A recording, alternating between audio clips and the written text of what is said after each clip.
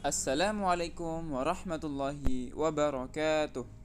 Alhamdulillahi rabbil alamin. Rabbi shrah li sadri wa yassir li amri wahlul 'uqdatam min lisani yafqahu qawli.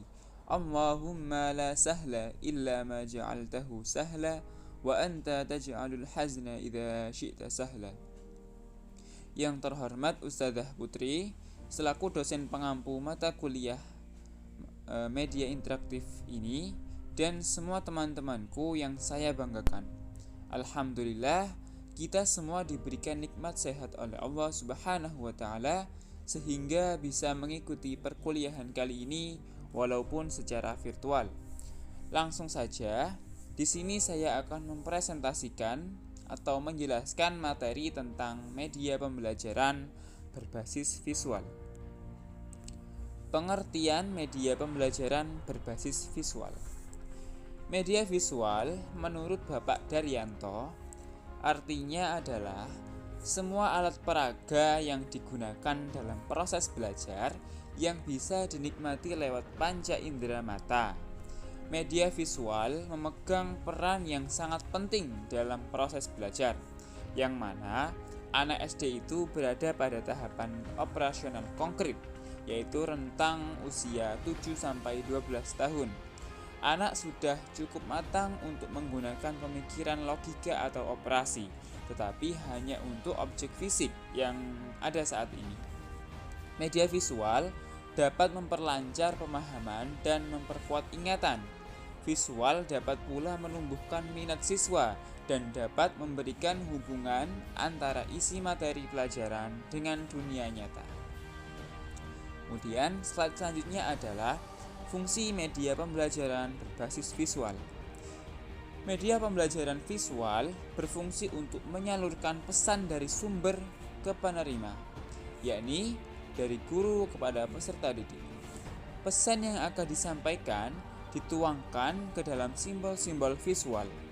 Selain itu, fungsi media visual adalah untuk menarik perhatian, memperjelas sajian ide, menggambarkan atau menghiasi fakta yang mungkin akan cepat dilupakan jika tidak divisualkan. Kemudian, macam-macam media pembelajaran visual. Media grafis.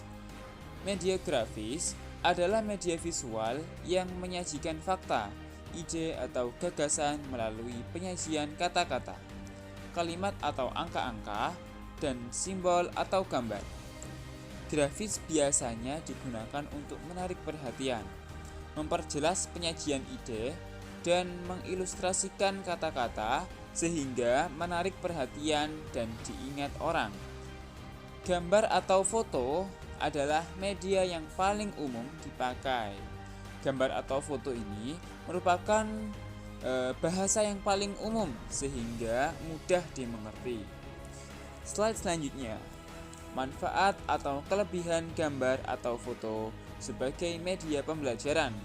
Yang pertama adalah memberikan tampilan yang sifatnya konkret. Kemudian yang kedua adalah gambar dapat mengatasi batasan ruang dan waktu. Kemudian yang ketiga adalah gambar atau foto dapat mengatasi keterbatasan pengamatan kita. Kemudian selanjutnya yang keempat adalah gambar atau foto dapat memperjelas suatu masalah dalam bidang apa saja dan untuk tingkat usia berapa saja. Kemudian yang kelima adalah murah harganya dan mudah didapat serta digunakan tanpa memerlukan peralatan khusus. Kemudian slide selanjutnya adalah sketsa. Sketsa merupakan gambar yang merupakan draft kasar yang menyajikan bagian-bagian pokoknya saja tanpa detail. Sketsa selain dapat menarik perhatian peserta atau siswa, juga dapat menghindari verbalisme dan dapat memperjelas penyampaian pesan. Slide selanjutnya adalah diagram. Diagram ini berfungsi sebagai penyederhana sesuatu yang kompleks sehingga dapat memperjelas penyajian pesan. Isi diagram pada umumnya berupa petunjuk-petunjuk sebagai suatu gambar sederhana yang menggunakan garis dan simbol. Diagram menggambarkan struktur dari objeknya secara garis besar, menunjukkan hubungan yang ada antar komponennya atau sifat-sifat proses yang ada. Kemudian slide selanjutnya adalah ciri-ciri dari sebuah diagram yang baik adalah yang pertama, yakni sesuai atau benar, digambar dengan rapi, diberi judul, label, dan penjelasan-penjelasan yang perlu. Kemudian yang kedua adalah cukup besar dan ditempatkan di tempat yang strategis. Kemudian yang ketiga adalah penyusunannya disesuaikan dengan pola membaca yang umum dari kiri ke kanan dan dari atas ke bawah. Kemudian slide selanjutnya adalah diagram. Bagan atau chart atau diagram ini berfungsi untuk menyajikan ide-ide atau konsep-konsep yang sulit jika hanya disampaikan secara tertulis atau lisan secara visual. Bagan juga mampu memberikan ringkasan butir-butir penting dari suatu presentasi. Kemudian slide selanjutnya adalah ciri-ciri bagan sebagai media pembelajaran yang baik adalah yang pertama, dapat dimengerti oleh pembaca, khususnya oleh para peserta didik. Kemudian yang kedua adalah bagan itu sederhana dan lugas, tidak rumit atau berbelit-belit.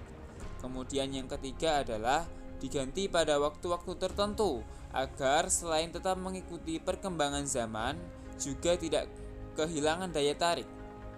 Kemudian slide selanjutnya adalah pemilihan media visual.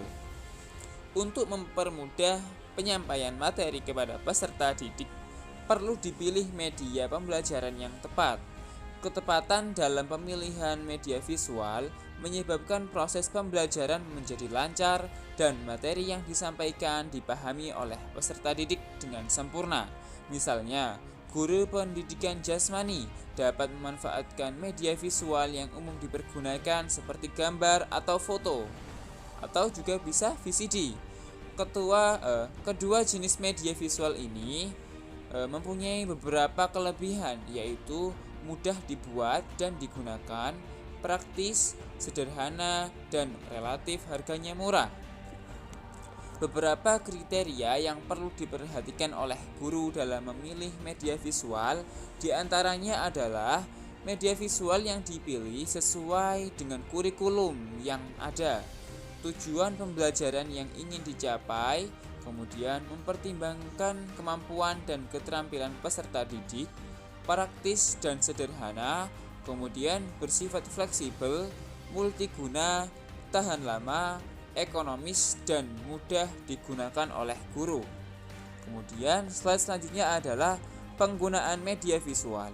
Menurut Bapak Azhar Arsyad pada tahun 2005 memberikan gambaran mengenai beberapa konsep penggunaan media visual yang efektif, yaitu bentuk media visual dibuat yang sesederhana mungkin agar mudah dipahami oleh peserta didik. Kemudian penggunaan media visual untuk menjelaskan informasi yang terdapat teks. Kemudian memberikan pengulangan sajian visual dan libatkan peserta didik di dalamnya. Kemudian gunakan gambar untuk membedakan dua konsep yang berbeda. Keterangan gambar harus dicantumkan secara garis besar dan penggunaan warna harus realistik.